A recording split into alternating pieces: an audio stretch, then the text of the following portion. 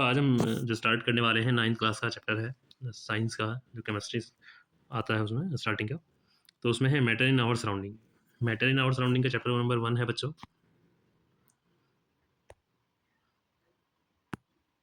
ये रहा chapter number 1 है, मैटर इन आवर सराउंडिंग की बात करूँ मैं। तो मैटर इन आवर सराउंडिंग में बच्चों क्या होता है, मैटर होता है। मैटर की अगर बात की जाए तो मैटर को anything that occupies space and has some mass offer resistance any applied force. जो अप्लाइड फोर्स का क्या करता है, रेजिस्टेंस प्रोड्यूस करता है और जिसके पास कुछ स्पेस ऑक्यूपाई करता है और उसका कुछ मास होता है। ये खासियत होती है बच्चों किसकी, ये खासियत होती है मैटर की। अब मैटर में अगर मैं आगे चलूँ बच्चों, तो मैटर में कुछ क्या होता है, कुछ कैरेक्टरिस्टिक्स होते हैं। मैटर की कैरेक्टरिस्टिक्स होती हैं। तो मैटर की मेनली कैरेक्टरिस्टिक्स की बात करूँ तो पार्टिकल की जो कंटिन्यूसली मूविंग, जो पार्टिकल होते हैं वो कंटिन्यूसली मूव करते हैं। पार्टिकल कंटिन्यूसली मूव करते रहेंगे।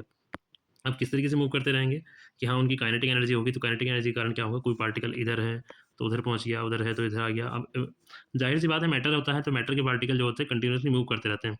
सबसे ज़्यादा मूवमेंट की अगर बात की जाए, तो मूवमेंट की अगर बात की जाए, मैं सबसे ज़्यादा मूवमेंट की बात करता हूँ तो बच्चों, सबसे ज़्यादा मूवमेंट जो होता है हमारे पास, सबसे ज़्यादा मूवमेंट जो होता है वो होता है गैस के पार्टिकल का। देखिए, अगर ये एक कंटेनर है, ये कंटेनर मान लीजिए एक सिंपल, इसमें सॉलिड है मान लेते हैं, सॉलिड के पार्टिकल ऐसे बंधे हुए हैं, ये कोई सॉलिड है, ये सॉलिड के पार्टिकल एक दूसरे के पास पास ऐसे ऐसे, जबकि गैस के पार्टिकल कुछ ऐसे होते हैं, दूर दूर होते हैं, इनके बीच स्पेस ज़्यादा होता है। जब बच्चों स्पेस ज़्यादा होगा तो मूवमेंट भी ज़्यादा होगा, तो बहुत ज़्यादा मूवमेंट रखते हैं, ये आसपास नहीं रहते हैं।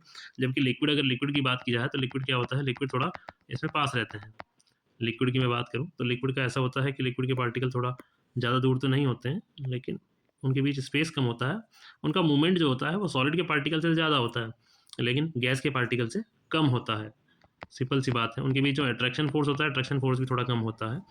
तो ये होता है। तो बच्चे यहाँ लिखा हुआ है particle move faster, move faster because kinetic energy of the particle increases. जब भी काइनेटिक एनर्जी बढ़ेगी, मेनली अगर बात करी जाए काइनेटिक एनर्जी की बात की जाए, तो काइनेटिक एनर्जी टेम्परेचर का मेजरमेंट है कि जितनी ज़्यादा काइनेटिक एनर्जी उतना ज़्यादा उनका टेम्परेचर, या जितना ज़्यादा टेम्परेचर उतना ज़्यादा काइनेटिक एनर्जी। काइनेटिक एनर्जी की अगर बात, टेम्परेचर की अगर बच्चों बात करूँ, तो टेम्परेचर की बात यह है कि temperature is nothing but the average kinetic energy, average kinetic energy, kinetic energy, average kinetic energy की बात करूँ तो average kinetic energy of the molecules is called temperature. ये टेम्परेचर कहलाता है बच्चों। अब अगर नेक्स्ट टाइम पे हम लोग चलते हैं तो नंबर दूसरा जो कैरेक्टरिस्टिक्स आता है, कैरेक्टरिस्टिक्स में दूसरा देखा जाए तो दूसरा कैरेक्टर आता है स्पेस। अब स्पेस की बात करें तो जाहिर सी बात है, गैस का स्पेस सबसे ज़्यादा होता है क्योंकि उसमें मूवमेंट सबसे ज़्यादा होगा। तो गैस के जो पार्टिकल होते हैं, गैस के पार्टिकल का स्पेस सबसे ज़्यादा। फिर उसके बाद किसका आएगा बच्चों, लिक्विड का आएगा।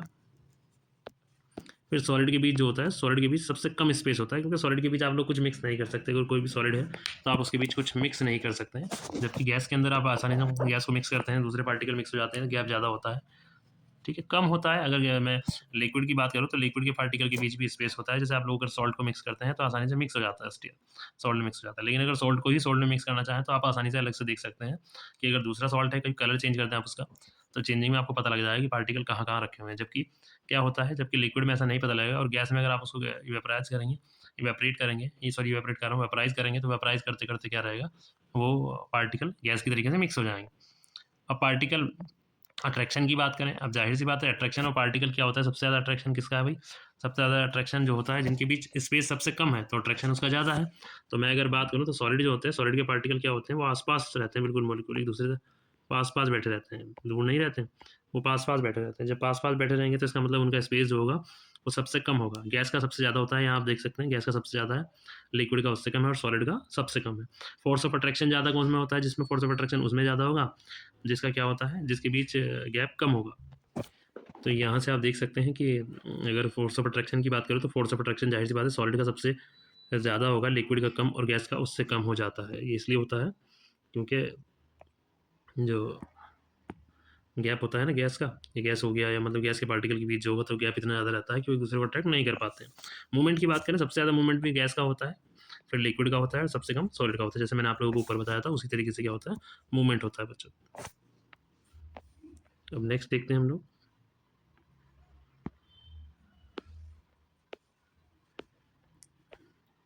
अब स्टेट ऑफ मैटर की अगर बात की जाए, कि स्टेट ऑफ मैटर की बात की जाए, तो स्टेट ऑफ मैटर, मैटर की स्टेट होती है कुछ, एक सॉलिड होता है, ठीक है, लिक्विड होता है, और ये गैस होता है, जिसकी हम लोग बात कर रहे थे। तो स्टेट ऑफ मैटर होते हैं, तो ये स्टेट में आते हैं मैटर के। तो मैटर की जो स्टेट होती है बच्चों, उनको कुछ इनकी कुछ इंपॉर्टेंस होती हैं। जैसे मैं बात करता हूँ सॉलिड की, अगर बात करूँ तो सॉलिड के बीच क्या होता है, सॉलिड की डेफिनेट शेप होगी, शेप जो होगी डेफिनेट होगी, शेप चेंज नहीं होती। अगर आप कितना भी शेप चेंज करना चाहें, मोबाइल है या कोई भी आपके पास क्या है, चौक है, तो आप उसकी शेप चेंज करना चाहेंगे तो बाय प्रेशर उसकी शेप चेंज आप नहीं कर सकते हैं। हैव अ डिस्टिंक्ट बाउंड्री, की बाउंड्री होगी इनकी, कुछ लिमिटेड बाउंड्री होंगी, उनके बीच रिजिडिटी होगी, बिल्कुल सही बात है। इनकम्प्रेसिबिलिटी होगी, कंप्रेस नहीं कर सकता प्रेशर के through. Have definite volume, volume भी उनका कैसा होगा, डेफिनेट होगा। अब लिक्विड की अगर बात की जाए तो लिक्विड में क्या होता है बच्चों, लिक्विड की फ्लूइडिटी होती है, liquid have fluidity not rigidity, इनकी रिजिडिटी नहीं होती, रिजिड नहीं होते हैं, आसपास इनके पार्टिकल नहीं होते, आसानी से मूव कर जाते हैं, तो क्या कहलाते हैं, रिजिडिटी कहलाती, इनकी फ्लूइडिटी कहलाती है, रिजिडिटी इनके पास नहीं होती है। लो कंप्रेसिबिलिटी, कंप्रेसिबिलिटी होती है इनकी, कम होती है लेकिन इतनी नहीं होती है जितनी गैस की होती है। नो डेफिनेट शेप, लिक्विड की कोई डेफिनेट शेप नहीं होती, लिक्विड को आप जिस भी बर्तन में डालेंगे लिक्विड उसी तरीके से क्या ले लेता है, शेप ले लेता है। हैव डेफिनेट वॉल्यूम, हाँ वॉल्यूम क्या होता है, वॉल्यूम चेंज नहीं होता। 1 लीटर की अगर मैं बात करूँ, आप 1 लीटर दूध लाते हैं कहीं से, तो इस 1 लीटर को आप लोग चाहे किसी छोटे बीकर में डाल लीजिए, चाहे किसी बड़े बीकर में डाल लीजिए, चाहे किसी टैंक में डाल लीजिए बड़े, तो ये हमेशा क्या रहेगा, 1 ही लीटर रहेगा। 1 लीटर से ऐसा नहीं होगा कि 4 लीटर हो गया है, 10 लीटर हो गया है, ऐसा हुआ करता तो फिर तो मज़ा ही आ गया था। फिर आप 1 लीटर दूध लाते और सारा मोहल्ला दूध पिया करता। ठीक है, तो बच्चों नेक्स्ट अगर मैं बात करूँ गैस की, बात करूँ गैस, जो गैस स्टेट होती है, ये नेक्स्ट टाइप ऑफ स्टेट है किसकी, मैटर की। इसमें हैव फ्लूइडिटी, फ्लूइडिटी फ्लो होने की टेंडेंसी होती है, कंप्रेसिबिलिटी बहुत ज़्यादा होती है, गैस को आप बहुत ज़्यादा कंप्रेस कर सकते हैं, गैस को आप हाईली कंप्रेस कर सकते हैं, इनकी कोई बाउंड्री नहीं होती, इसके पार्टिकल कभी कूद के यहाँ है तो कभी कूद के यहाँ, कुछ नहीं पता है। Have no definite shape, shape भी कोई डेफिनेट है नहीं है, शेप चेंज हो सकती है, शेप का कोई मतलब नहीं है। Have no definite volume, volume भी डेफिनेट नहीं है। तो डेफिनेट वॉल्यूम की अगर बात की जाए तो इसका वॉल्यूम भी क्या होता है, डेफिनेट नहीं होता है। अब नेक्स्ट टर्म जो आती है बच्चों, नेक्स्ट टर्म आती है change in physical state of matter can be done in 2 ways. 2 ways किस तरीके से, अगर मैं टेम्परेचर चेंज कर रहा हूँ, पहली बात तो तब हो सकता है जब टेम्परेचर चेंज कर रहे हो, तो टेम्परेचर चेंज होने पर क्या क्या इफेक्ट होते हैं वो आता है। दूसरा होता है, 2 तरीके से हम लोग देखते हैं इसको, एक तो टेम्परेचर चेंजिंग, दूसरा होता है प्रेशर चेंजिंग। टेम्परेचर चेंजिंग में बच्चों आता है melting point, melting point the temperature at which a solid melt to form the liquid at atmospheric pressure is called melting point, के मेल्ट हो जाता है जब कोई सॉलिड, सॉलिड क्या होगा, सॉलिड को आप लोग हीट देंगे तो एक टेम्परेचर ऐसा आएगा कि सॉलिड क्या हो जाएगा, मेल्ट हो जाएगा और फ्लो करने लगेगा, तो इस पॉइंट को हम लोग बोलते हैं मेल्टिंग पॉइंट। अब बच्चे इसमें क्या होता है कि 2 तरह की हीट होती है, जब हम लोग हीट करते हैं किसी सब्सटेंस को तो उसका टेम्परेचर बढ़ता है स्टार्टिंग में। मान लेते हैं मैं किसी वाटर को जब बॉयल करना शुरू करता हूँ, मेरे पास वाटर है, तो मैं इस वाटर को जब हीट करूँगा तो हीट करने पे क्या होगा, इसका टेम्परेचर इंक्रीज़ होना स्टार्ट होगा। पहले पहले मान लेते 25 डिग्री सेल्सियस था, उसके बाद 25 से होते होते होते हुए 99 हो गया। अब 99 डिग्री सेल्सियस से जब ये 100 डिग्री सेल्सियस पर जाता है तो ये बॉयल करने लगता है, बॉयल करेगा तो वेपर बनने शुरू हो जाएंगे। तो बच्चों उस टाइम पर क्या होता है, जिस टाइम पर वाटर क्या होता है, वेपर में चेंज होता है, इस वेपर की मैं बात करता हूँ। तो ये जो वेपर होती है ये भी 100 डिग्री सेल्सियस की ही होती है, अगर मैं बात करूँ तो ये क्या होती है, ये भी 100 डिग्री सेल्सियस की होती है।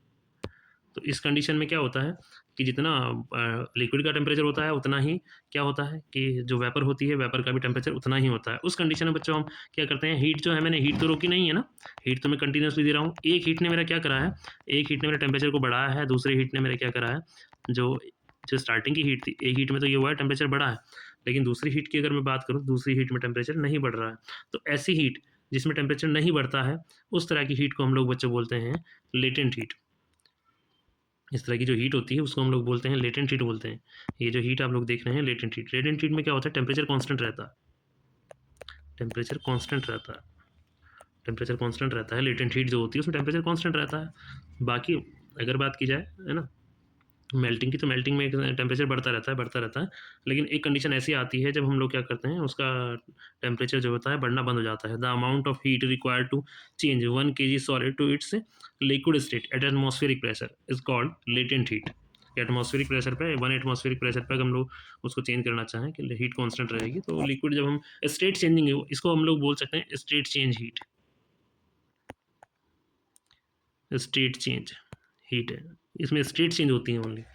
इसमें कोई भी सब्सटेंस हम लोग देखते हैं, अगर इसकी बात करें टेम्परेचर चेंज नहीं होता है, इसमें टेम्परेचर कांस्टेंट रहता है, लेटेंट हीट की खासियत है। अब बॉइलिंग पॉइंट की बात की जाए बच्चों, बॉइलिंग पॉइंट क्या है, द अमाउंट है ना, the temperature at which a liquid boils to form the vapour at atmospheric pressure. आप देख रहे होंगे सारी बातें जो हो रही हैं वो एटमॉस्फेरिक प्रेशर पर हो रही हैं। ये देखिए ये भी एटमॉस्फेरिक प्रेशर पर है, तो ये एटमॉस्फेरिक प्रेशर पर हो रही है, तो इस बात का ध्यान रखें, हम लोग जो भी बॉइलिंग फिनोमेना करते हैं वो एटमॉस्फेरिक प्रेशर पर करते हैं। तो बच्चों अगर मैं आगे बात करूँ तो atmospheric pressure is called boiling point. देखिए लिखा हुआ है इसमें, ये लिखा हुआ है the temperature at which liquid boils to form vapour at atmospheric pressure is called boiling point. और बॉइलिंग पॉइंट ऑफ वाटर कितना होता है, बॉइलिंग अगर सेल्सियस की बात की जाए तो 100 डिग्री सेल्सियस होता है बच्चों। लेटेंट हीट ऑफ वेपराइजेशन, देखिए the amount of heat required to change 1 kg of liquid to its gases state, कि कहाँ से जाएगा, लिक्विड से गैस में जाएगा, तो उस कंडीशन को हम लोग क्या बोलते हैं, वेपराइजेशन बोलते हैं। कि लिक्विड से अगर गैस में जाएगा तो उसको बोलेंगे वेपराइजेशन बोलेंगे बच्चों, वेपराइजेशन। अब वहीं हम लोग एक चार्ट देखते हैं, ये चार्ट बहुत ज़्यादा इंपॉर्टेंट चार्ट आता है आपके पास, ठीक है। हम लोग देखते हैं, अगर मुझे किसी सब्सटेंस को सॉलिड से लिक्विड में लेकर जाना है तो मुझे हीटिंग करनी पड़ेगी, है ना। हीटिंग करनी है, उसको मेल्टिंग बोलते हैं बच्चों। ये मेल्टिंग आ जाती है कंडीशन। अगर मैं इसी को लिक्विड को इसमें जाता हूँ तो वेपराइजेशन हो गया, या है ना, वेपराइजेशन बोल सकते हैं, कोई दिक्कत नहीं। वेपराइजेशन से बाद जब गैस से आप लोग किस में जाते हैं, गैस के बाद आप लोग किस में आएंगे, लिक्विड में आएंगे, तो उस स्टेट को बोलेंगे आप लोग कूलिंग। और कूलिंग के बाद लिक्विड से जब आप लोग क्या जाएंगे, लिक्विड से जब आप लोग सॉलिड में जाते हैं, तो लिक्विड से जाएंगे तो इसको बोलते हैं हम लोग फिर कूलिंग बोलते हैं। ये भी दोनों कूलिंग है, सॉलिडिफिकेशन भी बोल सकते हैं इसको आप, लिक्विडिफिकेशन बोल सकते हैं, कंडेंसेशन। अब देखिए, अगर वेपर से, ये गैस से आप लोग किस में जा रहे हैं, लिक्विड में जा रहे हैं, इस कंडीशन को बोलते हैं कंडेंसेशन। कंडेंसेशन बोलते हैं। अगर मैं ऐसा ना करते हुए, अगर मैं क्या करता हूँ, मैं गैस से, या लिक्विड है मेरे पास,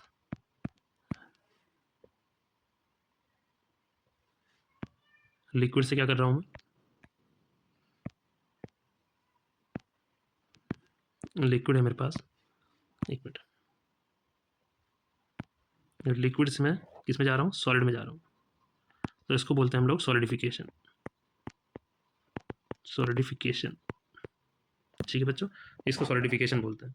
अगर ऐसा हो जाए कि आप लोग डायरेक्ट, क्या हो रहा है कि डायरेक्ट सॉलिड से जब आप लोग क्या करते हैं, सॉलिड से अगर गैस में जाना हो, तो सॉलिड से गैस में जाने की जो फिनोमेना होता है उसको हम लोग बोलते हैं सब्लिमेशन। देखो, change of solid directly into the vapour on heating and vapours into the solid on cooling without passing through the liquid state is called sublimation. कि जैसे ही आप लोग क्या कर रहे हैं, सॉलिड को डायरेक्ट गैस में ला रहे हैं, ये सॉलिड है, सॉलिड को आप डायरेक्ट गैस में ला रहे हैं, बीच की स्टेट आप लोग गायब कर दिया आप लोगों ने, जो लिक्विड में होना था लिक्विड में नहीं आया, सीधा सॉलिड से गैस और गैसियस से सॉलिड में चेंज होना सब्लिमेशन कहलाता है। ठीक है, इसका एग्जांपल है कैम्फर। कैम्फर जो होता है डायरेक्ट वेपर में जाता है, गैसेस स्टेट में जाता है बच्चों। अब by changing of pressure, pressure changing होने पर क्या क्या चीज़ें होती हैं वो देख लीजिए। देखिए, प्रेशर चेंजिंग पे भी आप लोग स्टेट चेंज कर सकते हैं। By applying high pressure the particles of gas can be brought to close together, कि एक दूसरे के पास आ जाते हैं, तो बहुत ज़्यादा आप लोग गैस को अगर बहुत ज़्यादा कंप्रेस करते हैं तो गैस क्या होती है, वो लिक्विड में चेंज हो जा सकती है, तो आप इसको गैस को लिक्विड में चेंज कर सकते हैं। अब देखिए, दूसरी बात अगर मैं करूँ, सॉलिड, ये solid carbon dioxide is change into carbon dioxide gas directly without changing into liquid. क्या आप डायरेक्ट किस में कर सकते हैं, उसको आइस में कर सकते हैं। Solid carbon dioxide is change into the carbon dioxide gas directly. आप लोगों ने देखा होगा कि शादी में आजकल बहुत ज़्यादा ट्रेंड चल रहा है कि जब एंट्री होती है, दूल्हा दुल्हन की जो एंट्री होती है, तो उस टाइम पर क्या होता है, एक फॉग से स्टार्ट हो जाता है चलना। ये एंट्री पर, इस एंट्री पर क्या होता है, यहाँ से फॉग, वाइट से जो फ्यूम्स होते हैं वो बहुत ज़्यादा यूज़ किए जाते हैं, तो वहाँ एंट्री पर यूज़ किए जाते हैं। तो बच्चों, ये सॉलिड जो गैस है, जो CO2 गैस है सॉलिड, ये होती है बच्चों। इसको जब हम लोग क्या करते हैं कि सॉलिड अगर CO2, अगर आप लोग इस सॉलिड CO2 को क्या करते हैं, हाथ में ले लेते हैं, तो लगभग ये -78 डिग्री सेल्सियस के आसपास होती है। तो जैसे ही ये आपके हाथ पर टच होती है तो बहुत तेज़ी से हीट एब्जॉर्व करती है। जब बहुत तेज़ी से आपके हाथ से हीट लेती है, तो जो क्या होता है, टिश्यू जो होते हैं आपके हाथ के, बहुत तेज़ी से जब हीट लेगी, तो बहुत तेज़ी से जब हीट लेगी तो टिश्यू जो होते हैं बर्न हो सकते हैं। तो टिश्यू बर्न होने पर क्या होता है, ये आपके हाथ में दिक्कत भी कर सकती है, आपकी स्किन बर्न हो सकता है। तो इसलिए क्या होता है, सॉलिड CO2 को हाथ में नहीं लेना चाहिए आपको। उस टाइम पे कुछ बच्चे क्या करते हैं कि सॉलिड CO2 को उठा लेते हैं और हाथ में रख लेना शुरू कर देते हैं। तो उस कंडीशन में आप लोगों को सॉलिड CO2 को हाथ में नहीं लेना है, वरना आपकी स्किन बर्न हो सकती है। अभी कुछ प्रोसेस होती हैं बच्चों, जैसे हम लोग सॉलिड से हम लोग लिक्विड में जा रहे हैं तो इसको मेल्टिंग बोलते हैं, और लिक्विड से आप लोग किस में जा रहे हैं, गैस में, तो इसको बोलते हैं इवेपोरेशन। ऐसा इवेपोरेशन भी होता है। अगर गैस से मैं वापस लिक्विड में आ रहा हूँ तो कंडेंसेशन मैंने आपको बताया था। फिर लिक्विड से अगर आप लोग किस में जा रहे हैं, सॉलिड में जा रहे हैं, तो फ्रीजिंग आता है बच्चों। और सॉलिड से डायरेक्ट क्या होता है, अगर गैस में जाया जाए तो इसको बोलते हैं सब्लिमेशन। और जब आप क्या करते हैं, जब बच्चों गैस होता है तो गैस से हम लोग वापस जाते हैं, तो गैस से जब सॉलिड में जाते हैं तो इसको बोलते हैं डिपोजिशन। डिपोजिशन बोलते हैं बच्चों, इसको डिपोजिशन बोलते हैं। कि डिपोजिशन भी कहा जाता है और डीसब्लिमेशन भी कहते हैं इसको। कि डीसब्लिमेशन भी, जैसे आयोडीन गैस होता है, तो आयोडीन गैस को जब आप लोग क्या करते हैं, कूलिंग करते हैं, तो डायरेक्ट वो क्या होता है, सॉलिड में आता है, वो लिक्विड में नहीं आता है, तो वो डीसब्लिमेशन भी कहलाता है या डिपोजिशन कहलाता है बच्चों। ठीक है, इसके बाद जो बच्चों हमारे पास टर्म आती है, न्यू टर्म जो आती है, उसका नाम होता है इवेपोरेशन। तो इवेपोरेशन की अगर मैं बात करूँ, तो इवेपोरेशन इज जनरल फिनोमेना कि जब वाटर क्या होता है, लिक्विड से वेपर स्टेट में जाता रहता है, वो क्या होता है, इवेपोरेशन कहलाता है। अब इवेपोरेशन की अगर बात की जाए बच्चों, तो इवेपोरेशन क्या होता है, रूम टेम्परेचर पर भी नॉर्मली होता रहता है। तो एनी टेम्परेचर बाय द, देखो below the it's boiling point, कि बॉइलिंग पॉइंट से कम टेम्परेचर पे इवेपोरेशन होता रहता है। आप देखते होंगे गर्मी में आप क्या करते हैं कि पानी को रख देते हैं, तो पानी को अगर रख देते हैं तो थोड़ा सा पानी जब क्या होता है, अगले दिन आप लोग आकर देखते हैं तो पानी अगर आपने गिलास में रखा है तो यहाँ तक भरा था, तो यहाँ तक भरा हुआ था, तो जैसे ही आप लोग नेक्स्ट डे आएंगे तो नेक्स्ट डे पानी का लेवल जो होता है वो यहाँ तक रह जाता है, कम रह जाता है। तो इस कंडीशन को भी हम लोग क्या कहते हैं, इवेपोरेशन कहते हैं बच्चों। ये फिनोमेना जो होता है इवेपोरेशन कहलाता है। अब इवेपोरेशन की क्या खासियत होती है, नॉर्मल टेम्परेचर, सबसे पहली बात तो है कि वो रूम टेम्परेचर पर होता है। ये नॉर्मल बॉइलिंग पॉइंट से क्या होता है, नीचे की ओर होगा, बॉइलिंग पॉइंट से कम टेम्परेचर पर होता है इवेपोरेशन। अब कुछ फैक्टर होते हैं बच्चों, क्या करते हैं, फैक्टर अफेक्ट करते हैं इसको, कि आप लोगों ने देखा होगा कि जो इवेपोरेशन होता है बहुत तेजी से कुछ फैक्टर होते हैं उसको अफेक्ट करते हैं। उसमें क्या होता है, एक्सपोज सरफेस एरिया, कि सरफेस एरिया को बढ़ा दिया जाए।